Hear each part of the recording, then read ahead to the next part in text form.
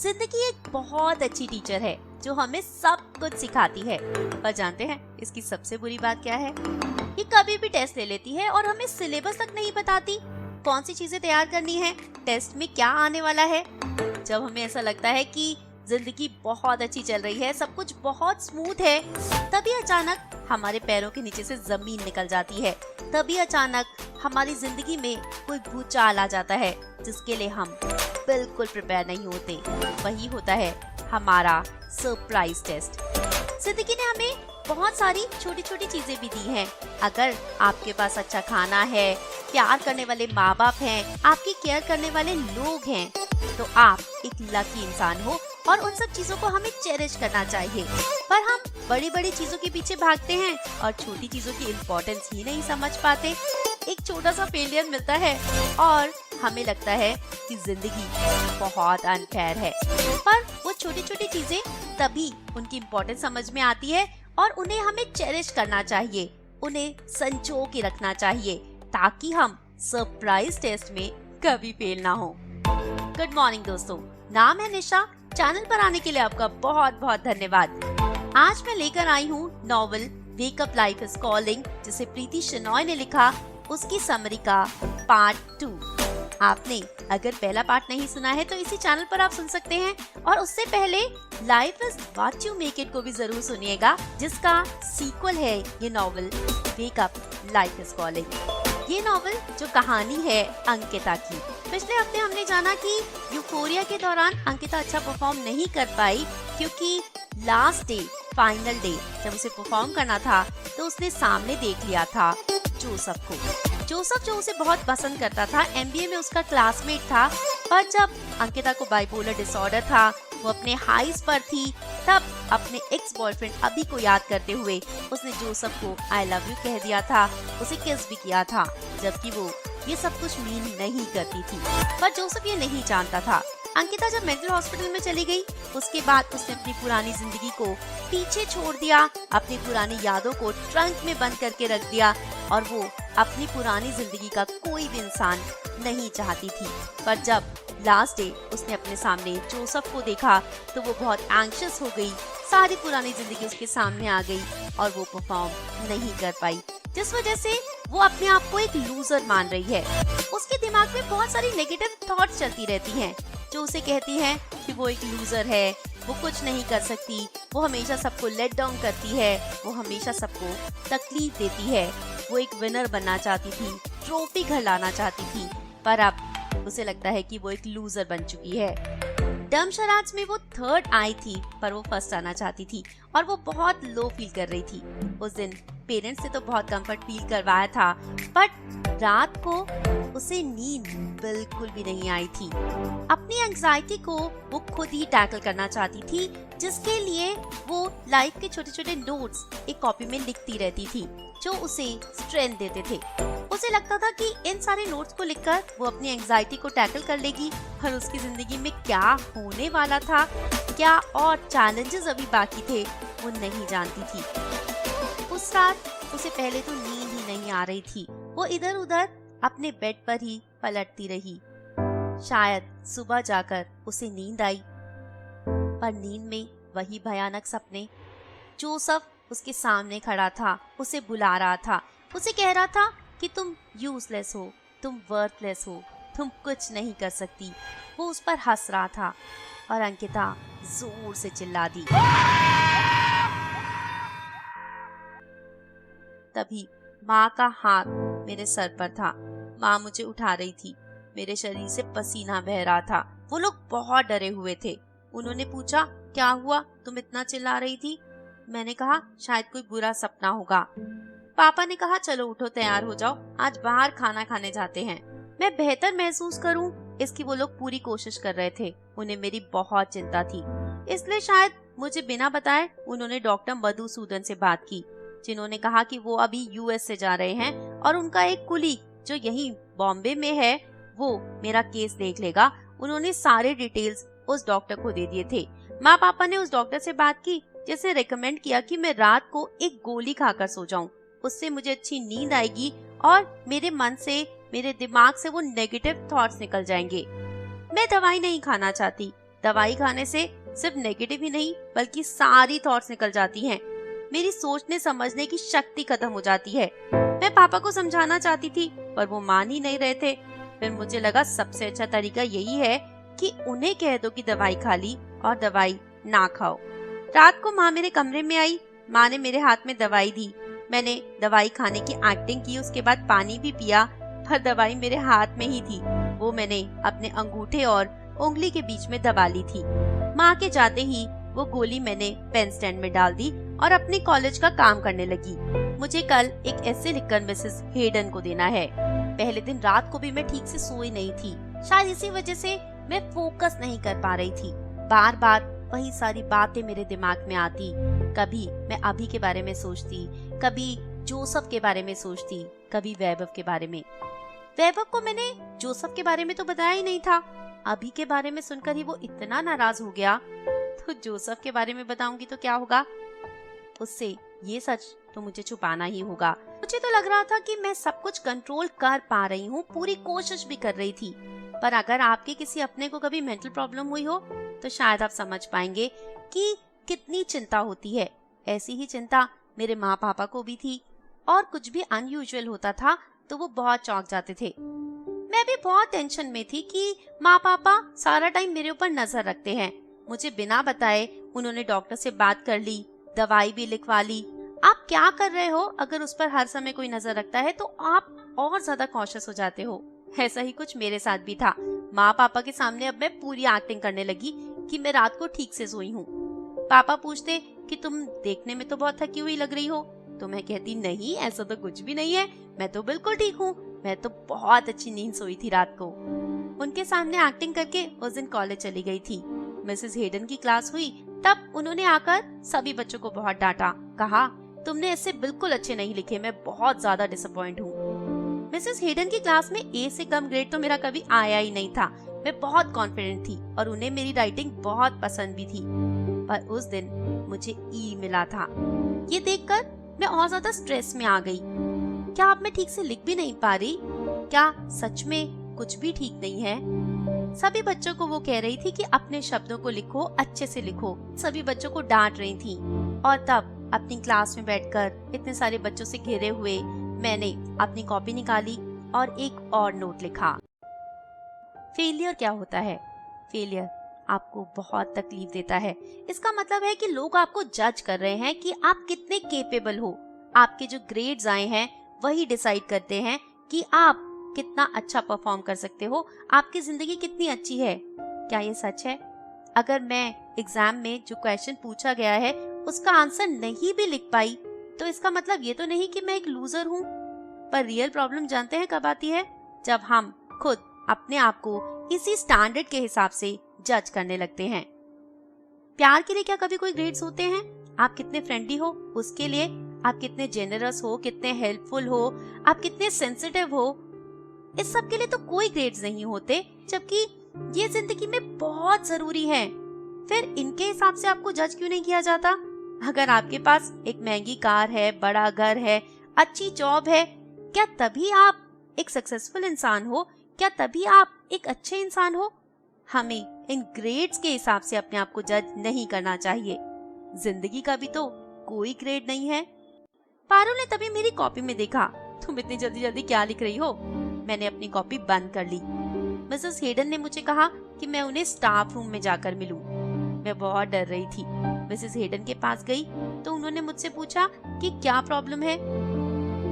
बहुत सारी प्रॉब्लम्स हैं। पूरा दिन दिमाग में मेरे एक लड़ाई चलती रहती है जिसे मैं हार जाती हूँ। बहुत सारी चीजें हैं जो मैं अपने दिमाग से नहीं निकाल पाती। पर मैंने कहा, नहीं मैम, कोई प्रॉब्लम नहीं। उन्होंने कहा, कुछ तो है, क्योंकि तुम जो बहुत अच्छा लिखती थी, इस बार तुम्हारा ऐसे बहुत ज्यादा मेस्ड अप था। तुमने जो लिखा था वो ऐसे लग ही नहीं रहा था कि तुम्हारे अपने शब्द हैं, और चीजों का कोई मतलब भी नहीं बन रहा था। बहुत ही जम्बल्ड अप था सब कुछ। अगर तुम्हें कोई स्ट्रेस है, उस दिन यूफोरिया का स्ट्रेस है, तो मुझे बताओ, मुझसे शेयर करो।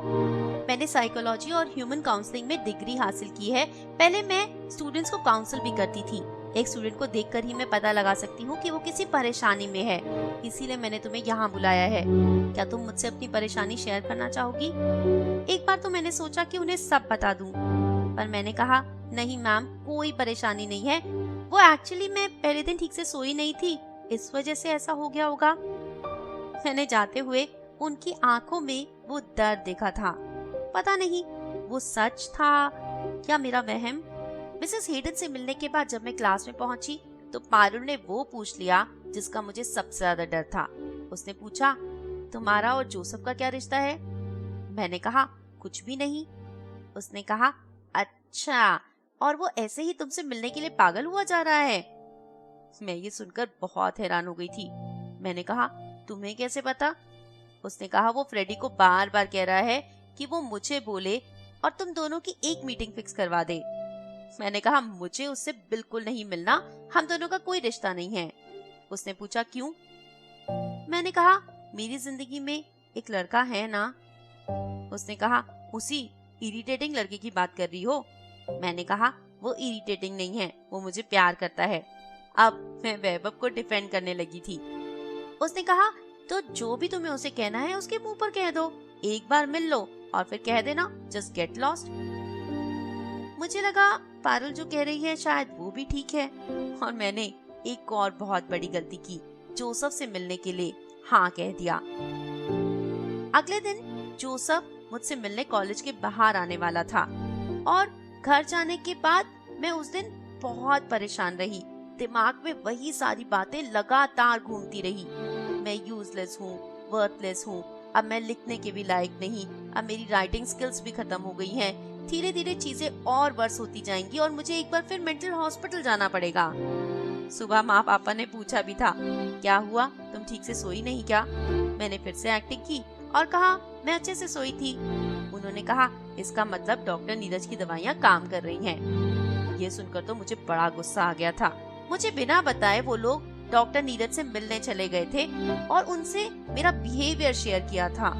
कोई आपको बिना बताए आपका बिहेवियर नोट कर रहा है, किसी के साथ शेयर कर रहा है, तो आपकी लाइफ में कोई प्राइवेसी ही नहीं बची। गुस्सा तो बहुत आया था, पर अगर कुछ कहती तो वो लोग सोचते कि मैं आउट ऑफ कंट्रोल हो रही हूँ। इसलिए अपने गुस्से को मुझे हमेशा अपने अंदर ही पी जाना पड़ता था। पर मैंने उन्हें इतना तो जरूर कहा कि कम से कम मुझे बता देते। उन्होंने कहा, हम नहीं चाहते थे कि तुम्हें इस तरह परेशान करें, अगर कुछ जरूरत लगेगी तभी तो तुम्हें लेकर जाएंगे। बात तो वो ठीक कह रहे थे। कॉलेज में जल्दी पहुंच गई थी। मैंने सोचा कि पहले लाइब्रेरी में चली जाऊंगी, पर जोसेफ मेरे कॉलेज के बाहर ही खड़ा था। मुझे देखकर बड़ा खुश हो गया था। मेरे चेहरे पर तो स्माइल भी नहीं आया था। समझ गया था कि ये मीटिंग जबरदस्ती की है। उसने सॉरी भी कहा था मुझे जबरदस्ती यहाँ बुलाने के लिए। मैंने कहा, जो भी है, अब बात को खत्म करते हैं। हम लोग पास ही के कॉफी शॉप में चले गए थे। वहाँ जाकर उसने मुझसे पूछा था कि मैंने कोर्स क्यों छोड़ा। मैंने कहा, ऐसे ही बोर हो गई थी, कुछ अलग करना था। उसने कहा, क्या मैं ये बात मान लूंगा? मैंने कहा, तुम्हारी मर्जी। इसके बाद जो उसने मुझे कहा उससे मुझे बड़ा गुस्सा आया। उसने कहा, मुझे तो तुम हाई और ड्राई छोड़कर चली गई। मैंने कहा, क्यों भाई, हम दोनों के बीच में कोई सेक्स हुआ था क्या? उसने कहा, हाँ, बट स्टिल कुछ स्पेशल तो था ही। मैंने सोचा अब इसे अंधेरे में रख के कोई फायदा नहीं। इसके मन में तो मेरे लिए कुछ फीलिंग्स थी ही ना, मेरे मन में नहीं भी थी तो इसे सब कुछ बता देना चाहिए। और मैंने उस दिन जोसेफ को सब कुछ बता दिया, अपने बाइपोलर डिसऑर्डर के बारे में, अपने मेंटल हॉस्पिटल जाने के बारे में। मैंने उसे कह दिया कि मैंने जो कुछ भी किया उस समय मैं अपने आप में नहीं थी। बाइपोलर डिसऑर्डर के कारण ही मैंने ये सब कुछ किया था और मेरे मन में उसके लिए कोई फीलिंग्स नहीं। मेरी कहानी सुनने के बाद उसने कहा, जानती हो तुम्हारे बारे में सबसे स्पेशल क्या है? कि तुम्हारे साथ कुछ भी बुरा हो तुम उसे भूलकर आगे बढ़ जाती हो, तुम एक विनर हो। काश वो जानता कि मैं रोज अपने दिमाग में कितनी लड़ाइयाँ हारती हूँ, अपने आप पर कितना डाउट रखती हूँ, ये सब कुछ मेरे लिए कितना मुश्किल है, पूरी पूरी रातें जाकर कैसे काटती हूँ। पर वो ये सब कुछ नहीं जानता। उसने कहा कि अगर कभी भी मुझे उसकी जरूरत हो तो मैं उससे बात कर सकती हूँ। उसने एक पेपर पर अपना नंबर लिख कर दे दिया था और कहा था, इसे संभाल कर रखना। मुझसे मेरा नंबर पूछा तो मैंने कहा, मेरा नंबर किसने? उसने कहा, दोबारा कहीं तुम्हारे साथ कॉफी पे जा सकता हूँ। उसे मेरी कोई बात लगता है समझ नहीं आई थी। मैंने उसे एक बार फिर कह दिया कि जोसेफ, हम दोनों के बीच में कुछ नहीं है। उसने पूछा क्यों? मैंने कहा मेरी जिंदगी में कोई और है। पिछली बार जब अभी को ऐसा कहा था तब भी मैं वैभव के बारे में सोच रही थी और आज भी वैभव के बारे में ही सोच रही थी। इस मीटिंग के बाद सर में बहुत दर्द हो रहा था। घर जाना चाहती थी पर छुट्टियां शुरू होने वाली हैं और आज कॉलेज का लास्ट डे है। आज तो कॉलेज जाना ही होगा। जाते ही मैंने सबसे पहले जोसेफ का नंबर फाड़कर फेंक दिया था। मुझे इसकी कभी जरूरत नहीं पड़ेगी। पारुल और जानकी बार बार पूछ रहे थे कैसी रही मीटिंग। मैंने उन्हें कह दिया था इट्स ओके, कुछ नहीं, बस जो खत्म करना था वो कर दिया। तभी मिसेस हेडन क्लास में आ गई थी और उन्होंने छुट्टियों का होमवर्क दिया था। मिसेस हेडन को देखकर भी मुझे अपनी इनकेपेबिलिटी का एहसास होने लगा था। अगर आप अपने दिमाग की आवाजों को नहीं मानते, आपके दिमाग में आवाजें आ रही हैं कि आप लूजर हो पर आप उससे लड़ाई करना चाहते हो, तो जीतने का कोई चांस होता है। पर मैं तो गिव अप कर चुकी थी। मैं तो मान चुकी थी कि मैं एक लूजर हूँ। मैं एक राइटर भी नहीं बन सकती, एक अच्छी इंसान भी नहीं हूँ। उन लोगों को तकलीफ देती हूँ जो मुझे प्यार करते हैं। आज जोसेफ को हर्ट करने के बाद भी मुझे बहुत दुख हुआ था। मिसेस हेडन ने होमवर्क में जो दिया था वो पढ़कर तो मैं और परेशान हो गई थी। उन्होंने एक ऐसे लिखने के लिए दिया था कि अगर हम टाइम में पीछे जा सके तो अपनी जिंदगी में क्या बदलना चाहेंगे। मेरी जिंदगी में तो बहुत कुछ है बदलने के लिए, क्या क्या लिखूंगी। खैर आज लास्ट डे था तो सब लोग पार्टी के मूड में थे। पारुल और जानकी ने कहा कि अब यहाँ से शॉपिंग जाएंगे, पार्टी करेंगे, कहीं घूमने जाएंगे। मेरा सर बहुत दर्द था। मैंने कहा मैं घर जाना चाहती हूँ, पर पारुल ने कहा कि इस फ्राइडे मेरे घर पर पार्टी है और तुम्हें आना ही होगा। फ्रेडी को सरप्राइज बर्थडे पार्टी दे रही हूँ मैं। मैंने पारुल से बचने के लिए हाँ कह दिया था, पर उसने मुझसे प्रॉमिस लिया था कि मैं पार्टी में जरूर आऊंगी। घर आकर मैं नॉर्मल बिहेव करने की कोशिश कर रही थी। आप जब मास्क पहन लेते हो तो उसके लिए आपको बहुत सारे और मास्क भी पहनने पड़ते हैं। बहुत सारी माँ पापा के सवालों के जवाब दे रही थी, पूरी कोशिश कर रही थी, क्योंकि मैं एक नॉर्मल जिंदगी जीना चाहती हूँ, एक नॉर्मल लड़की की तरह दिखना चाहती हूँ। पर जब कमरे में जाती हूँ तो फिर से वही सब कुछ, वही चीजें मेरे दिमाग में गूंजने लगती हैं। मैंने अपनी वो लाइव नोट्स की नोटबुक निकाली और उसमें फिर लिखा। जिंदगी में बहुत सारी चीजें ऐसी होती हैं जो हम नहीं करना चाहते पर हमें करनी पड़ती हैं। ऐसी बहुत सारी जगहें जहां हम नहीं जाना चाहते पर हमें जाना पड़ता है। बहुत बार ऐसा होता है कि हमें चिल्लाने का मन कर रहा है पर हमें मुस्कुराना पड़ता है। ये सारी होती हैं हमारी सोशल ऑब्लिगेशंस। ये छोटी छोटी चीजें होती हैं जिसमें जो हम सोचते हैं वो ना करके हमें दूसरों के लिए करना पड़ता है, दूसरों के लिए मुस्कुराना पड़ता है। पर अगर बड़ी चीजों की बात आती है तो हमें सच बोलना होता है, हमें ऑनेस्ट रहना होता है। अब ये बड़ी चीजें और छोटी चीजों के बीच में एक बहुत ही छोटी सी लाइन होती है जिसे हमें डिसाइड करना होता है। कई बार ऐसा होता है कि हमारी छोटी चीजें किसी और के लिए बड़ी हो या फिर उनकी बड़ी चीजें हमारे लिए छोटी। वो लोग जो आपको प्यार करते हैं वो आपकी छोटी चीजों को भी बड़ा मानते हैं और आपकी बड़ी चीजें क्या है वो सब कुछ समझ पाते हैं। अगर आपके पास ऐसे इंसान हैं तो आप बहुत ब्लेस्ड हो। अगर दो लोगों की वेवलेंथ सेम होती है तो वो एक दूसरे की बड़ी और छोटी चीजों के बीच में डिफरेंस समझ पाते हैं। ये नोट लिखने के बाद मैंने डिसाइड किया कि मैं पारुल की पार्टी में जाऊंगी। वो मेरे लिए छोटी चीज जरूर है पर उसके लिए बड़ी चीज है और उसकी इस बड़ी चीज को मुझे इम्पोर्टेंस देनी चाहिए। इन दिनों मेरे दिमाग में प्रॉब्लम्स धीरे धीरे बढ़ती ही चली जा रही थी। जितना मैं उन्हें कंट्रोल करने की कोशिश करती उतना वो और ज्यादा बढ़ती। मैं सोच रही थी कि मैं अपनी प्रॉब्लम्स को मैनेज कर पाऊंगी, पर मेरे दिमाग में हर समय नेगेटिव थॉट्स रहती। मुझे नींद भी नहीं आती थी और सुबह जैसे ही अलार्म बजता मैं उठ जाती। कहीं माँ पापा को शक ना हो जाए। अगर उन्हें सच पता होता तो शायद वो मुझे थोड़ा और सोने देते और उस वजह से मुझे इतनी प्रॉब्लम ना होती। आंखों के नीचे डार्क सर्कल्स हो गए थे जिन्हें मैं कंसीलर से छुपाती ताकि माँ पापा उन्हें देख ना ले। कॉलेज का कोई काम करने का मन ना करता। जब भी कोशिश करती कुछ लिखा ना जाता, कुछ पढ़ा ना जाता, कुछ समझ नहीं आता। बहुत सारी नॉवेल्स भी पढ़ने की कोशिश की। फिर मैंने वो बुक निकाली जो मैं लाइब्रेरी से लाई थी, स्लीप डिसऑर्डर के बारे में। उसमें मैंने पढ़ा कि जब आपको स्लीप डिसऑर्डर होता है तो आपके दिमाग में नेगेटिव थॉट्स आते हैं जिन्हें आप कंट्रोल नहीं कर पाते। जब तक आपको प्रॉपर स्लीप नहीं मिलेगी तब तक आप अपने दिमाग की वो लड़ाई नहीं जीत पाओगे। मुझे प्रॉब्लम पता चल गई थी और सॉल्यूशन नहीं। सोऊं तो सोऊं कैसे, नींद के लिए क्या करूं? छोटे छोटे जो उसमें तरीके लिखे थे, लेवेंडर ऑयल यूज करो, रात को टाइम पे सो, 6 बजे के बाद कैफीन ना लो, ये सब चीजें मुझे हेल्प नहीं कर रही थी। क्या करूं कि मुझे प्रॉपर नींद आए, जानती ही नहीं थी। उस दिन पारुल की पार्टी के लिए तैयार हो रही थी तो 2 बार आँख के नीचे कंसीलर लगाया था, अपने आप को बहुत अच्छे से मेकअप से ढक लिया था, नीले ड्रेस पहनी थी, बाल खुले छोड़े थे। रूम के बाहर आई थी तो पापा ने भी कहा था, अंकिता ये सच में तुम ही हो? माँ ने पूछा कि कितने बजे तक लौट आओगी, पारुल का नंबर दे दो। मैंने उन्हें पारुल का नंबर दे दिया और कहा कि ज्यादा से ज्यादा 11 साढ़े 11। पापा ने कहा अगर इतना लेट हो रही हो तो मैं लेने आ जाऊं क्या? मैंने कहा नहीं, मैं खुद आ जाऊंगी। मैं 8:30 बजे निकल गई थी पारुल की पार्टी में जाने के लिए। वहाँ पहुंची तो देखा लाउड म्यूजिक, हर किसी के हाथ में ड्रिंक्स, स्मोक और मरवाना की स्मेल भी आ रही थी। पारुल मुझे देखकर बहुत खुश हुई थी। उसने कहा मुझे पता था कि मुझे लेट डाउन नहीं करोगी। जानकी भी वहाँ पर थी। वो मुझे देखते ही हाथ पकड़ के पारुल के कमरे में ले गई और कहा एक गुड न्यूज है। मैंने पूछा क्या? तब उसने कहा कि नेक्स्ट वीक उसकी एंगेजमेंट होने वाली है और वो लड़का आज उससे मिलने आने वाला है, इसलिए उसे अभी जाना होगा। मैं जानकी के लिए बहुत खुश थी। वो जो चाहती थी उसे वो मिल रहा था। जानकी वहाँ से चली गई। अब पार्टी में मुझे कोई ज्यादा जानने वाला नहीं था। मैंने फ्रेडी को ढूंढा और उसे जाकर बर्थडे विश किया। उसके बाद अब क्या करूं? मैं उस रूम के बाहर बालकनी में चली गई। वहाँ जाकर रेलिंग के साथ खड़ी हो गई और म्यूजिक एंजॉय करने लगी। करूं तो क्या करूं?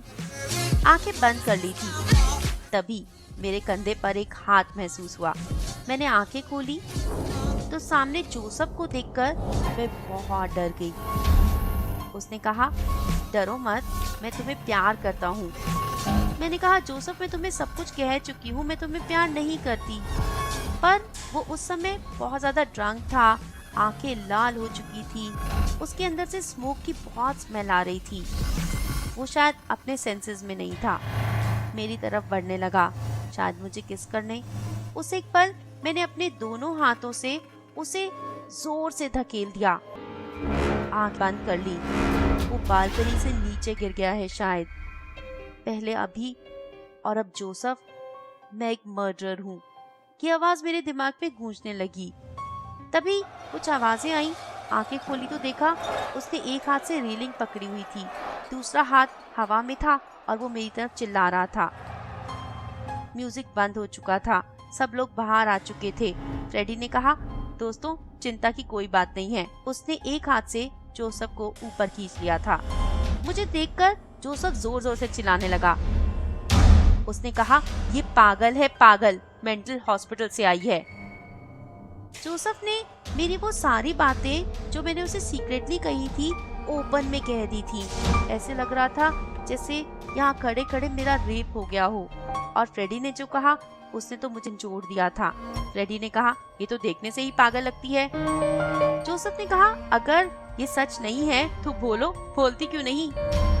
मैं चाहती तो उस समय हंस देती और कहती कि जोसेफ ड्रंक है, पर मैं बिल्कुल अपनी जगह पर फिक्स हो गई थी। मुंह से एक शब्द भी नहीं निकल रहा था।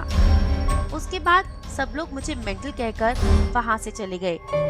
दुख की बात ये थी कि पारुल भी उनके साथ ही चली गई थी।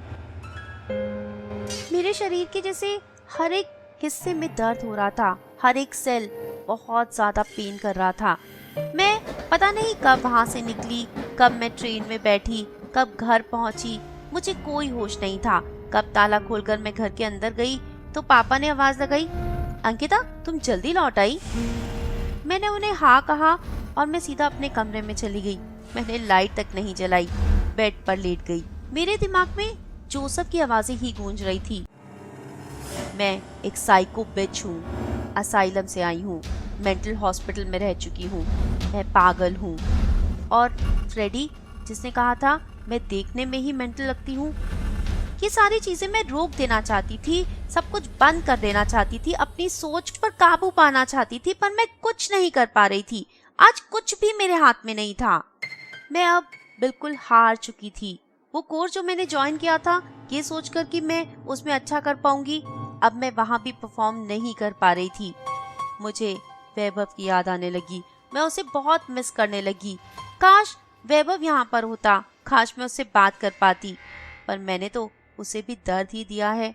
काश मैं उस पार्टी में ना गई होती, किसी से ना मिली होती, पर मेरे शरीर के एक एक अंग में बहुत ज्यादा दर्द हो रहा था, ऐसा दर्द जो सह पाना मेरे लिए बहुत मुश्किल था। कुछ भी करके मुझे सोना होगा, अगर मैं सो गई तो ये दर्द अपने आप कम हो जाएगा। कितना अच्छा हो अगर मैं हमेशा के लिए सो जाऊं, फिर कभी कोई दर्द नहीं होगा। तब मैं वही सोचने लगी, अगर मैं अपनी जिंदगी खत्म कर लूंगी तो कभी दर्द नहीं होगा, ये मेरे सारे दर्दों का अंत हो सकता है। मैं तब खड़ी हुई और मैंने ढूंढी वो सुसाइड मैनुअल। मेरे पास एक पॉलिथीन कवर था जिसमें मैं बुक्स लाई थी। मैंने वो बैग निकाल लिया और पेन स्टैंड में वो बहुत सारी गोलियां रखी हैं जो डॉक्टर ने दी थी। अगर सारी खाने के बाद ये पॉलिथीन पहनूंगी तो क्या मेरी जिंदगी खत्म हो जाएगी? कहीं ऐसा तो नहीं कि मुझे फिर से मेंटल हॉस्पिटल जाना पड़े। मैंने 2 गोलियां खाई, उसके बाद मैं रुक गई। मुझे लगा नहीं, कहीं ऐसा ना हो कि इससे मेरे को वॉमिटिंग होने लगे और मुझे फिर से मेंटल हॉस्पिटल ले जाया जाए। वो पॉलिथीन हाथ में लेकर मैं लेट गई। पॉलिथीन मैंने पहना नहीं था, सर पे ही रखा हुआ था। पर धीरे धीरे मुझे बेहतर महसूस होने लगा। मेरे दिमाग की वो आवाजें अब कम हो चुकी थी, मुझे नींद आने लगी थी। मैं अब बहुत बेहतर महसूस कर रही थी। ना मुझे कोई बुरे सपने आए थे और ना बुरे ख्याल। इतनी शांत नींद तो मुझे बहुत समय से नहीं आई थी। पता नहीं माँ की आवाज दूर से आ रही थी, अंकिता ये तुमने क्या कर लिया? अंकिता उठो। मैं आंखें खोलने की कोशिश कर रही थी पर आंखें खुल ही नहीं रही थी। तब माँ ने पापा से कहा, क्या देख रहे हो, जल्दी से एम्बुलेंस बुलाओ। तब मैं एकदम से अलर्ट हो गई। मैंने अपनी आंखें खोली। पापा जिनके चेहरे पर बहुत डर था, माँ जिनकी आंखों से आंसू बहे जा रहे थे। माँ ने कहा, ओ मेरा बच्चा, क्या हो गया तुम्हें? माँ ने मुझे हक कर लिया था। पापा बहुत घबराए हुए थे। मैं समझ नहीं पा रही थी क्या हुआ। तभी मुझे याद आया वो सुसाइड मैनुअल, वो दवाई, पॉलिथीन। मैं फटाफट से अलर्ट हो गई। मुझे वो सब कुछ छुपा देना है इससे पहले कि माँ पापा वो सब कुछ देख लें। पर बहुत देर हो चुकी थी, वो सब कुछ देख चुके थे। वो दोनों बहुत घबरा चुके थे। उन्हें लग रहा था कि मैंने सुसाइड करने की कोशिश की। मैं उन्हें समझाने की कोशिश कर रही थी कि ऐसा कुछ नहीं है, मैंने सिर्फ 2 गोलियां खाई हैं और मैं मरना नहीं चाहती थी, मैंने सुसाइड की कोशिश नहीं की। पर अब मेरी बात को कौन मानता। माँ ने मुझे बहुत प्यार से नाश्ता करवाया और पापा अभी भी ऑफिस नहीं जा रहे। मैंने कहा, आप ऑफिस क्यों नहीं जा रहे? तो उन्होंने कहा, तुम पागल हो गई हो, तुम्हें समझ में आ रहा है तुम क्या करने वाली थी? मैंने कहा, पापा बहुत दिनों से सोई नहीं थी, बस एक अच्छी नींद सो गई थी मैं। उन्होंने कहा, हमेशा के लिए सोना चाहती थी? मैं उन्हें कैसे समझाऊं कि ऐसा कुछ नहीं है। बहुत दिनों के बाद एक अच्छी नींद सो गई थी। मैं कमरे में जाकर बैठ गई। तभी माँ और पापा फिर से मेरे पास आए। इस बार पापा के हाथ में एक गोली थी। उन्होंने कहा, हमने डॉक्टर नीरज से बात कर ली है, तुम ये गोली खा लो, तुम्हें अच्छा लगेगा। मैं दवाई नहीं खाना चाहती। पिछली बार जब मैंने दवाई खाई थी, मेरी सोचने समझने की शक्ति खत्म हो गई थी। मैं जानती हूँ अगर मैं थोड़ा अच्छे से सो लूंगी तो सब ठीक हो जाएगा। और डॉक्टर नीरज जो दवाई देंगे वो इसी हिसाब से तो देंगे कि मैंने सुसाइड अटेम्प्ट किया था, पर ऐसा तो कुछ नहीं है। मैंने पापा को कहा कि मैं दवाई नहीं खाना चाहती, पर पापा मेरे सामने गिड़गिड़ाने लगे कि प्लीज दवाई खा लो। और पता नहीं मेरे अंदर क्या आ गया था, जैसे कोई और आवाज हो। मैं पापा पर जोर जोर से चिल्लाने लगी। माँ को ये बिल्कुल पसंद नहीं। माँ ने कहा, तुम अपनी जबान संभाल कर बात करो। मैंने माँ को और तेज कहा कि यहाँ से चले जाओ, मुझे तुम लोगों से बात नहीं करनी। तब पापा जबरदस्ती करने लगे तो वहाँ टेबल पे पड़ा पेपर वेट उठाकर मैंने पापा की तरफ फेंक दिया। पापा के सर पर वो जोर से लगा, खून बहने लगा। माँ मुझे बुरा भला कहने लगी और पापा को बाहर ले गई, उन्हें बर्फ लगाने लगी। तब मैं समझ गई थी, मेरे पैरों के नीचे से जमीन निकल गई थी। अब फिर से मुझे मेंटल हॉस्पिटल ही जाना पड़ेगा। क्या करूं? वो दवाई वहीं दरवाजे के पास गिर गई थी। मैं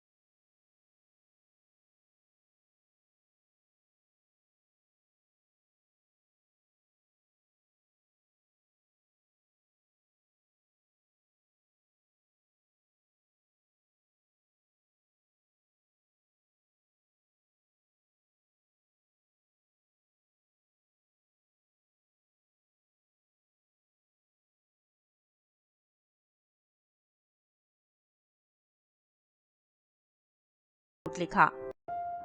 हमारे पेरेंट्स का जिंदगी की तरफ नजरिया हमसे अलग हो सकता है, पर एक चीज हम इग्नोर करते हैं कि चाहे कुछ भी हो, वो हमेशा हमारी साइड लेते हैं, हमेशा वही करते हैं जो हमारे लिए सबसे बेस्ट हो। जब हम छोटे होते हैं तो हमें वो बहुत सारी चीजें बताते हैं, बिजली की तार को मत छुओ, मैच बॉक्स से मत खेलो, ऊंचाई से मत झांको, कहीं तुम गिर ना जाओ।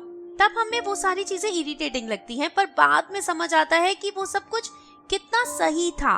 जब तक लाइफ में सब कुछ ठीक चल रहा होता है तब तक तो ठीक है, तब तक तो हम उनके बारे में सोचते भी नहीं, पर जरा सी प्रॉब्लम आए तो हम कहाँ जाते हैं? सिर्फ और सिर्फ अपने पेरेंट्स के पास। हम सही हो या गलत, पर वो हमारी साइड ही लेते हैं, हमारी मदद ही करते हैं।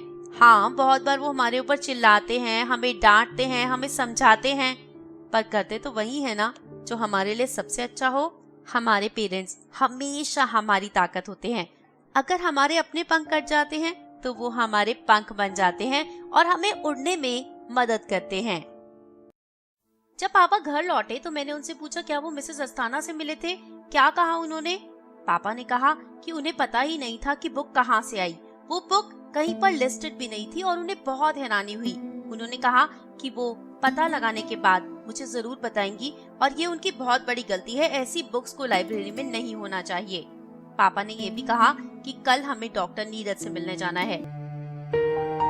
मेरी एंजाइटी और ज्यादा बढ़ गई थी। मुझे बहुत डर लग रहा था। वही मेंटल हॉस्पिटल, वही सारी चीजें मुझे बार बार याद आ रही थी। उस दिन भी रात को सोना बहुत मुश्किल हो गया था। हर आदत पड़ गई है, नींद आए या नहीं टाइम पर तो उठना ही है। टाइम पर उठकर मैं तैयार हो गई थी। मुझसे ब्रेकफास्ट भी नहीं किया जा रहा था। पापा ने कहा था कि चिंता की कोई बात नहीं है, तुम ब्रेकफास्ट कर लो, कुछ नहीं होगा। पर उनकी इन बातों से मुझे कोई कंफर्ट नहीं हो रहा था। हम डॉक्टर नीरज के पास गए तो पहले उन्होंने हम तीनों से बात की।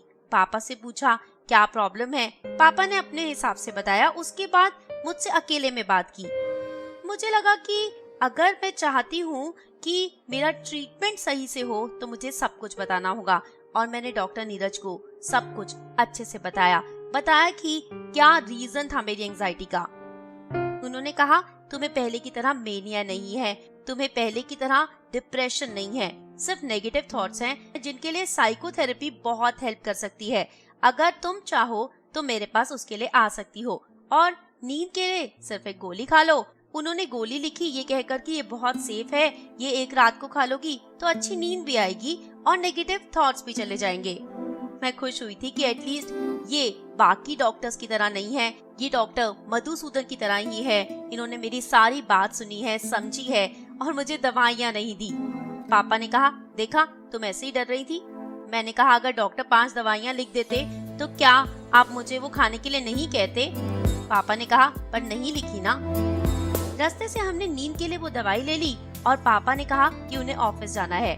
मैं और माँ चलते हुए घर की ओर आ गए और वहाँ हमें एक और बड़ा सरप्राइज मिला। मिसेस हेडन हमारे घर के बाहर खड़ी थी, जिन्हें देखकर मैं हैरान हो गई थी। वैसे तो मैं उनसे बात नहीं करना चाहती थी पर कोई चारा ही नहीं था। उन्होंने हमें ग्रीट किया और माँ ने उन्हें घर के अंदर बुलाया। उन्होंने कहा कि वो बुक एक्चुअल में उनकी थी जो गलती से लाइब्रेरी में पहुंच गई थी और उन्हें बहुत ज्यादा शर्मिंदगी महसूस हो रही है। वो माँ से बार बार माफी मांग रही थी। माँ ने कहा था ठीक है मैं अंकिता के पापा को बता दूंगी, पर वो बहुत ज्यादा माफी मांग रही थी। उन्होंने कहा कि मुझे बहुत रिग्रेट हो रहा है और अनविलिंगली ना जाने कैसे वो बुक लाइब्रेरी में पहुंच गई। ऐसा नहीं होना चाहिए, स्टूडेंट्स की लाइब्रेरी में इस तरह की बुक्स नहीं होनी चाहिए। माँ बहुत ऑकवर्ड हो गई थी तो माँ ने टॉपिक को चेंज किया था। उनसे पूछा था वो क्या करती हैं। उन्होंने कहा था पार्ट टाइम कॉलेज में पढ़ाती हूँ और पास ही एक चर्च है, उसमें मैं एक नई लाइब्रेरी सेटअप कर रही हूँ। उसके लिए आजकल बुक्स अरेंज कर रही हूँ जिसमें बहुत टाइम लग रहा है, बहुत ज्यादा काम है, अकेले बहुत परेशान हो जाती हूँ। मैंने उसे एक अपॉर्चुनिटी की तरह लिया और उन्हें कहा कि अगर वो चाहे तो मैं उनके साथ हेल्प कर सकती हूँ। बुक से मुझे भी तो बहुत प्यार है। मिसेस हेडन बहुत खुश हो गई थी और उन्होंने कहा कि मुझे कल कहीं जाना है, इसलिए परसों तुम मेरे घर पर आ जाओ। तुम्हारे साथ ये सब कुछ कर कर मुझे बहुत खुशी होगी। मैं भी खुश थी कि चलो कुछ तो करने को मिला। माँ ने भी मजाक में कह दिया था वैसे भी ये कुछ नहीं करती। मैंने कहा था ऐसे क्यों कह रहे हो। माँ हंसने लगी थी। उनके जाने के बाद एक बार फिर मैं सिर्फ और सिर्फ वैभव के बारे में सोच रही थी। आखिर कहाँ चला गया वैभव, क्यों नहीं वापस आता। मैं उसे बहुत याद करती थी। सुबह पापा ने बताया कि वो वैभव के साथ बैडमिंटन खेल कर आए हैं। माँ ने पूछा कि वो ऊपर क्यों नहीं आया। मैं भी सोचने लगी कि वो ये क्या गेम खेल रहा है, क्यों वो मेरे साथ ऐसा कर रहा है। मैं उसे जितना मिस करती हूँ उतना ही वो मुझे अवॉइड कर रहा है। यहाँ तक आकर वो पापा के साथ गेम खेल कर चला गया। मैंने पूछा आपको कैसे पता वो कब आया। पापा ने कहा कल शाम को उसका फोन आया था और उसने कहा था कि कल वो खेलने आएगा। मैं वैभव से बात करना चाहती थी पर उसका नंबर नहीं था। नंबर निकालना तो बहुत आसान है, कॉर्डलेस फोन है जिसमें नंबर स्टोर होते हैं। मैंने उसमें से वैभव का नंबर ढूंढा और कांपते हाथों से उसका नंबर मिला भी दिया, पर वैभव ने फोन नहीं उठाया और मैं बहुत ज्यादा डिप्रेस महसूस करने लगी। मैं कमरे में आई, अपनी नोटबुक खोली और तब लिखा एक और नोट। जब हम रिलेशनशिप में होते हैं तो हम चाहते हैं कि हमारा पार्टनर भी वैसे ही बिहेव करे जैसा हम चाहते हैं। हम उसे कितना प्यार करते हैं, उसकी केयर करते हैं। अगर वो हमारे साथ वैसा नहीं करता तो हम बहुत ज्यादा हर्ट हो जाते हैं। हमें लगता है वो ऐसा कैसे कर सकता है। पर प्यार की डेफिनेशन हर किसी के लिए अलग भी तो हो सकती है। प्यार के लिए कोई स्टैंडर्ड रूल्स तो नहीं। किसी के लिए हफ्ते में एक बार बात करना ही प्यार शो करने के लिए काफी होता है। किसी को रोज बात करनी होती है और कोई दिन में बार बार कॉल करता रहता है। पर आपका प्यार जिंदा सिर्फ तभी रहता है जब आप कम्युनिकेट करते हो। अगर कम्युनिकेशन नहीं होती तो प्यार मर जाता है। अगर आप किसी को प्यार करते हैं और वो आपको इग्नोर करता है तो आप कितनी देर तक उसे चेज कर सकते हो? एक बार कोशिश करोगे, 2 बार करोगे, उसके बाद आपको कोशिश नहीं करनी चाहिए। मानती हूँ बहुत तकलीफ होगी आपको, पर अगले दिन तकलीफ थोड़ी कम हो जाएगी, उसके अगले दिन और कम, तीसरे दिन और कम। ऐसे करते करते आप हील हो जाओगे। पर हाँ, वो जगह जो आपने उसको प्यार करने के लिए अपने दिल में रखी है वो खाली हो जाएगी। पर इसके अलावा कोई और तरीका नहीं है इस दर्द से बाहर आने का। मैंने सोच लिया, ठीक है, अगर वैभव मुझे प्यार नहीं करता, अगर वो मेरे साथ कांटेक्ट नहीं रखना चाहता, तो अब मैं भी कोई कोशिश नहीं करूंगी। वो जब भी चाहे मेरे घर आ सकता है, मुझसे बात कर सकता है, पर मैं अगर अपने दिल में उसके लिए इतना दर्द देकर बैठी रहूंगी तो कुछ नहीं होने वाला। उससे तकलीफ सिर्फ और सिर्फ मुझे होगी। अगले दिन मैं मिसेस हेडन के घर पहुंच गई थी। उनका घर बहुत ही खूबसूरत था। उनके घर के चारों ओर एक बहुत बड़ा गार्डन था जिसमें बहुत सारे फूल लगे हुए थे। किसी भी कमरे का पीछे का दरवाजा खोलो तो आप गार्डन में पहुंच जाते हो। मैंने उन्हें कहा था कि आपका घर बहुत ब्यूटीफुल है। मिसेस हेडन के साथ 2-3 घंटे तक हम लोग वो बुक्स अरेंज करते रहे। मिसेस हेडन के साथ बुक्स अरेंज करते हुए हम लोग जैसे दोस्त बन गए थे। कभी किसी बुक के बारे में वो मुझे बताती तो कभी मैं उन्हें बताती। इस तरह से मैं उनके साथ बहुत इजीली कम्युनिकेट कर पा रही थी। काम काफी कर लिया था तो मिसेस हेडन ने कहा कि अब तो तुम थक गई होगी, चलो लंच कर लेते हैं। मैंने लंच के लिए मना किया तो उन्होंने कहा मैं बहुत अच्छा स्ट्रॉबेरी क्रश बनाती हूँ। उन्होंने अपनी मेड से कहा कि हम गार्डन में बैठे हैं और तुम हमारे लिए वो स्ट्रॉबेरी क्रश ले आओ। वहाँ गार्डन में बैठकर हम लोग स्ट्रॉबेरी क्रश पी रहे थे। तभी शायद वो गार्डन का अच्छा एटमॉस्फेयर, वो पॉजिटिविटी, उस वजह से मैं और ज्यादा ओपन अप हो रही थी। मिसेस हेडन ने कहा कि ये गार्डन भी लाइफ की तरह ही है।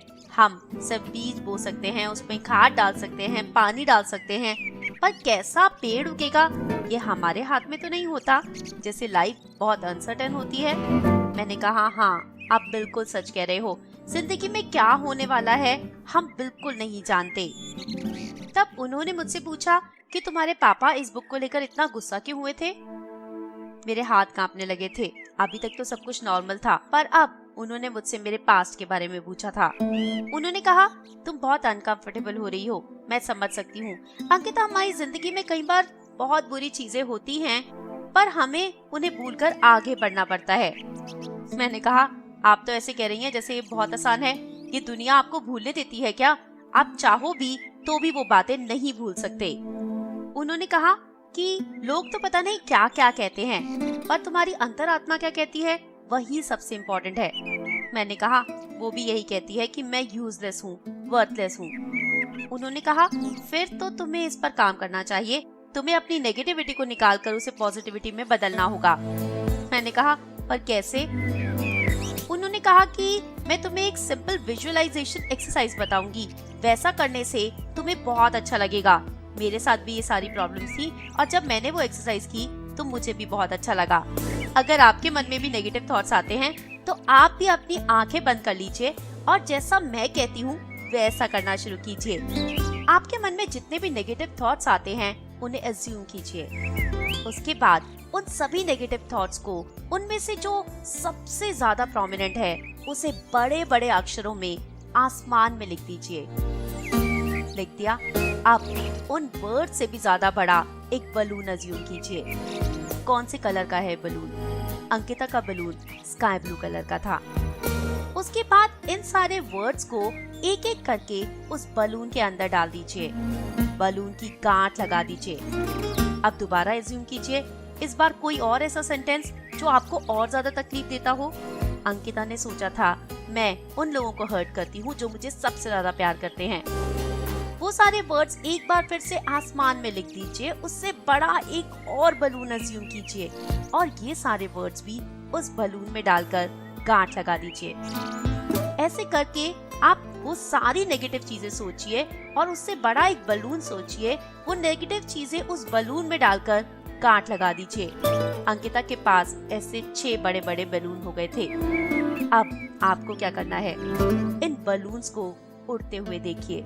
ये बलून्स आपसे दूर जा रहे हैं सारी नेगेटिविटी को लेकर। आपके मन की, आपकी जिंदगी की सारी नेगेटिविटी इन बलून्स के साथ उड़ती हुई आसमान में दूर जा रही है, छोटी होती जा रही है और अब गायब हो चुकी है। आंखें खोलिए। क्या आपको बेहतर लग रहा है? जब मिसेस हेडन ने अंकिता से पूछा तो अंकिता ने कहा, मुझे बहुत बेहतर लग रहा है। पर इस बात की क्या गारंटी है कि वो सारी नेगेटिव थॉट्स वापस नहीं आएंगी?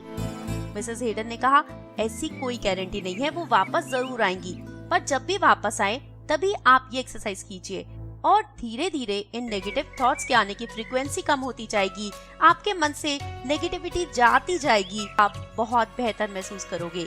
उन्होंने कहा कि मेरे साथ भी ऐसा ही होता था और इस एक्सरसाइज से मुझे बहुत अच्छा महसूस हुआ। तब मिसेस हेडन ने अंकिता को अपनी वो दर्द भरी इंस्पायरिंग स्टोरी सुनाई। मिसेस हेडन जो कि 6 साल की थी, तब उनके पापा जो इंग्लैंड के रहने वाले थे, उनकी मम्मी जो इंडियन थी, उन्हें लेकर इंग्लैंड चले गए थे। वहाँ जाकर उनकी मम्मी को बिल्कुल अच्छा नहीं लग रहा था, दोनों के बीच में लड़ाइयाँ होने लगी। उनकी मम्मी बीमार हुई और थोड़े टाइम के बाद ही उनका देहांत हो गया। फिर मिसेस हेडन की एक कजिन आंट ने उन्हें पाल पोस कर बड़ा किया। वो हमेशा से इंडिया वापस आना चाहती थी, याद करती थी अपने ग्रैंड पेरेंट्स को। मिसेस हेडन के फादर का उनके साथ कनेक्शन भी था और जब वो कॉलेज में थी तो स्टूडेंट एक्सचेंज प्रोग्राम के अंडर वो एक बार इंडिया आई थी, अपने ग्रैंड पेरेंट्स से मिली थी। पूरी फैमिली ने उन्हें बहुत प्यार से एक्सेप्ट किया था। मिसेस हेडन की मॉम जो कि ओनली चाइल्ड थी, उनके ग्रैंड पेरेंट्स का एक बहुत बड़ा घर था। उन्होंने कहा था कि हमारे बाद ये घर तुम्हें ही मिलेगा। मिसेस हेडन वहीं रहना चाहती थी, पर उन्हें इंग्लैंड वापस जाना था। उनके फादर चाहते थे कि वो अपनी पढ़ाई पूरी करें और वो भी पढ़ना चाहती थी। पढ़ाई के बाद उन्हें वहाँ एक इंग्लैंड के लड़के से ही प्यार हो गया। उनके पापा बहुत खुश हुए। उन्हें लग रहा था कहीं ये किसी इंडियन से ना शादी कर ले। दोनों की शादी हो गई और शादी बहुत अच्छी भी चल रही थी। उनका एक बेटा था ईथन, जिसे दोनों बहुत प्यार करते थे। उनकी शादी के कुछ सालों के बाद उनके फादर और उनकी आंट की डेथ हो गई। उन्हें पता चला कि इंडिया में उनके ग्रैंड पेरेंट्स की भी डेथ हो गई। जब उनका बेटा 24 साल का था तब उसने सुसाइड कर लिया। ये मिसेस हेडन के लिए एक बहुत बड़ा ब्लो था। एक्चुअल में ईथन को हंटिंगटन्स नाम की एक डिजीज थी। ये डिजीज जिसमें आपकी नर्व्स डैमेज होती जाती है, आपका ब्रेन सोचने समझने की शक्ति खो जाता है, आप सब कुछ भूलने लगते हो, सोच नहीं पाते, समझ नहीं पाते, आप अपने दिमाग में जैसे कैद होकर रह जाते हो। वो ऐसी जिंदगी नहीं जीना चाहता था। जब उसे अपनी बीमारी के बारे में पता चला तो उसने सुसाइड कर लिया। ये बीमारी जो कि हेरिडिटरी है। मिसेस हेडन के फादर इन लॉ को भी ये डिजीज थी और कुछ सालों बाद उनके हस्बैंड को भी हो गई। उनके हस्बैंड की हालत बहुत ज्यादा खराब हो गई थी और मिसेस हेडन पूरा दिन उनकी सेवा करती रहती। वो पूरा दिन उनका काम करती, पर उनके हस्बैंड को ये अच्छा नहीं लगता था। उन्हें बहुत ज्यादा हेल्पलेस महसूस होता था। वो पूरा दिन अपनी जिंदगी पर रिग्रेट करते रहते, पूरा दिन अपने आप को कोसते रहते, पूरा दिन भगवान से प्रार्थना करते रहते। वो मरना चाहते थे, वो इस बीमारी के साथ नहीं जीना चाहते थे। तब उन्हें कहीं से ये सुसाइड मैनुअल मिल गया था, जिसे पढ़ने के बाद उन्होंने तय किया था कि वो अपनी जिंदगी को खत्म कर देंगे। उनके हस्बैंड के एक दोस्त ने मिसेस हेडन को कन्विंस किया कि यही सही है, उन्हें अपने हस्बैंड की इसमें मदद करनी चाहिए और उन्हें इस तकलीफ से छुटकारा दिलवाना चाहिए। उन्हें इतने दर्द में देखकर मिसेस हेडन को भी बहुत प्रॉब्लम होती थी और एक दिन मिसेस हेडन ने अपने हस्बैंड के दोस्त की मदद से कॉफी में केमिकल मिलाकर अपने हस्बैंड को पिला दिया था, जिससे उनकी डेथ हो गई थी। इस सब के बाद उनके लिए यूके में रहना बहुत मुश्किल था। वो इंडिया लौट आई और उन्हें अपने ग्रैंड पेरेंट्स का ये घर मिल गया। उन्हें टीचिंग का एक्सपीरियंस था, इसलिए उन्होंने यहाँ कॉलेज में पढ़ाना शुरू कर दिया, साथ साथ चर्च में काम करना शुरू कर दिया। उन्होंने कहा कि जब मैंने ये गार्डन बनाया तो मेरे अंदर की नेगेटिविटी धीरे धीरे जाने लगी। वो जिन्होंने कितना कुछ जिंदगी में सहा था, कितनी नेगेटिविटी देखी थी, कितना दुख, कितनी तकलीफें देखी थी, उन्होंने भी अपने दुख को इस एक्सरसाइज के जरिए धीरे धीरे कम कर दिया और वो जीना सीख गई। उन्होंने कहा कि हमारा दिमाग जो हमारा सबसे बड़ा दुश्मन होता है, वही हमारा सबसे अच्छा दोस्त भी बन सकता है। हमारे आसपास बहुत खूबसूरती है, बहुत पॉजिटिविटी है, बहुत अच्छाई है, बस हमें आंखें खोलकर उस सब को देखना होता है, समझना होता है। उस दिन मिसेस हेडन की कहानी सुनकर वे बहुत ज्यादा टच हो गई थी। अगर वो इतनी सारी तकलीफें सहकर आज खुश रह सकती हैं, अपनी जिंदगी को आगे बढ़ा सकती हैं, तो मैं क्यों नहीं? मैंने उनसे मिलकर उनकी कहानी से सीखा कि आपको अपने दुखों को पहचानना चाहिए, उन्हें समझना चाहिए, उन्हें अपनाना चाहिए। अगर आपको कभी बहुत रोना आए तो आप रो सकते हो 10 मिनट, 20 मिनट, पर उसके बाद आपको वो करना चाहिए जिससे आप अपने आप को खुशी दे सको। जिंदगी में बहुत सारे तरीके हैं अपने आप को खुशी देने के, अपने आप को ऑक्यूपाई करने के, चाहे वो एक प्यारा सा गार्डन उगाना हो, म्यूजिक सुनना हो, म्यूजिक क्रिएट करना हो, आर्ट करना हो। जिंदगी में बहुत सारी पॉजिटिव और बहुत सारी अच्छी चीजें हैं, हमें उन्हें अपना लेना चाहिए। अगले दिन अंकिता फिर से मिसेस हेडन के घर गई, दोबारा उनकी मदद करने, और उस दिन वो उन्हें अपनी पूरी कहानी सुना पाई। एक बार फिर हम दोनों उनके गार्डन में बैठे थे और इस बार मैंने उन्हें अपनी पूरी कहानी सुनाई थी। अपनी कहानी वैभव को सुनाने के बाद, जोसेफ को सुनाने के बाद, डॉक्टर को सुनाने के बाद सुनाना भी आसान हो गया था, तकलीफ भी कम हो गई थी। उन्होंने कहा, अच्छा अब मैं समझ पाई हूँ कि तुम्हारे पापा इतना गुस्सा क्यों हुए, और उनका गुस्सा होना ठीक भी था। तब उन्होंने कहा, अगर मैं कहूँ कि तुम्हारे ग्रीन हेयर हैं तो तुम्हें कैसा लगेगा? मैंने कहा, नहीं, पर मेरे हेयर तो ब्लैक हैं। उन्होंने कहा, तुम्हें बुरा नहीं लगा ना? हमें बुरा तब लगता है जब हम खुद कॉन्फिडेंट नहीं होते। तुम कॉन्फिडेंट हो कि तुम्हारे हेयर ब्लैक हैं, इसलिए अगर कोई ग्रीन कहेगा तो तुम्हें बिल्कुल बुरा नहीं लगेगा। जब तुम्हारा कॉन्फिडेंस कम होता है तभी तुम्हें किसी और की बात हर्ट कर सकती है। हमें किसी को भी अलाउ नहीं करना चाहिए अपने आप को हर्ट करने के लिए। हमारा कॉन्फिडेंस इतना होना चाहिए कि किसी के भी हार्श वर्ड्स हमारे अंदर तक ना जाएं और हमें बिल्कुल तकलीफ ना दें। उन्होंने एक और बात मुझे कही जिसने मुझे मेरी नेगेटिविटी से बाहर आने में बहुत मदद की। उन्होंने कहा, दूसरे हमारे बारे में क्या सोचते हैं, क्या हम उनकी सोच बदल सकते हैं? क्या हम उनकी सोच को कंट्रोल कर सकते हैं? नहीं, हम सिर्फ और सिर्फ अपनी सोच को कंट्रोल कर सकते हैं। हम सिर्फ और सिर्फ अपने आप को उनकी सोच से हर्ट ना होने के लिए तैयार कर सकते हैं। मैं समझ गई थी जो अभी ने किया वो उसकी चॉइस थी, वैभव मुझे छोड़कर गया तो वो उसकी चॉइस थी, जोसेफ ने जो किया वो उसकी गलतियां थी। मैं उन सब के लिए अपने आप को क्यों ब्लेम करूं? मैंने डिसाइड कर लिया था कि अब मैं सिर्फ और सिर्फ अपने आप को स्ट्रॉन्ग बनाऊंगी। और जानते हैं जिंदगी में पॉजिटिविटी आने के बाद क्या हुआ? अगले दिन वैभव भी लौट आया। वो मुझे बाहर कॉफी पिलाने ले गया और वहाँ जाकर उसने मुझसे माफी भी मांगी। उसने कहा कि ये सब कुछ उसके लिए एकदम से बहुत ज्यादा हो गया था और वो बाद में बहुत रिग्रेट कर रहा था। उसे समझ नहीं आ रहा था कि वो मुझसे कैसे मिले। उसने कहा कि वो मुझे बहुत प्यार करता है। तब मैंने उसे जोसेफ के बारे में भी बता दिया था और उसने कहा था, आज के बाद मैं तुम्हारा बॉडीगार्ड बनकर रहूंगा। तुम्हें किसी भी पार्टी में जाना है तुम मुझे लेकर जाना। मैंने कहा, मैंने तो तुम्हें अपॉइंट ही नहीं किया। उसने कहा, मैं सेल्फ अपॉइंट हो गया हूँ। Life was calling me and now I was fully awake. मैं उसके बाद कॉलेज भी गई, मैंने अपना कोर्स भी किया। पारुल मुझसे बात नहीं भी कर रही थी तो मुझे कोई फर्क नहीं पड़ता था। जब भी मुझे बहुत ज्यादा नेगेटिव फील होता तो मैं वो बलून वाली एक्सरसाइज कर लेती और मुझे बहुत बेहतर महसूस होता। जो मिसेस हेडन ने होमवर्क दिया था मैंने वो भी आराम से कर लिया था।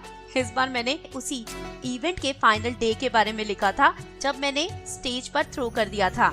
मैंने उसे बहुत ह्यूमरस बना दिया था। पर सच कहूँ तो मेरी जिंदगी में जो भी हुआ है मैं उसे बदलना नहीं चाहती, क्योंकि उस सब से मैंने बहुत कुछ सीखा है और तभी मैं इतनी स्ट्रॉन्ग और इतनी कॉन्फिडेंट बन पाई हूँ। उम्मीद करती हूँ आपको अंकिता की कहानी बहुत पसंद आई होगी। कहानी पसंद आई हो तो लाइक किए बिना बिल्कुल मत जाइएगा। चैनल को सब्सक्राइब कीजिएगा और बताइए कि आप कौन सी और नॉवल की समरीज मुझसे इस चैनल पर सुनना चाहते हैं। इसी के साथ दीजिए इजाजत। I'll be back soon.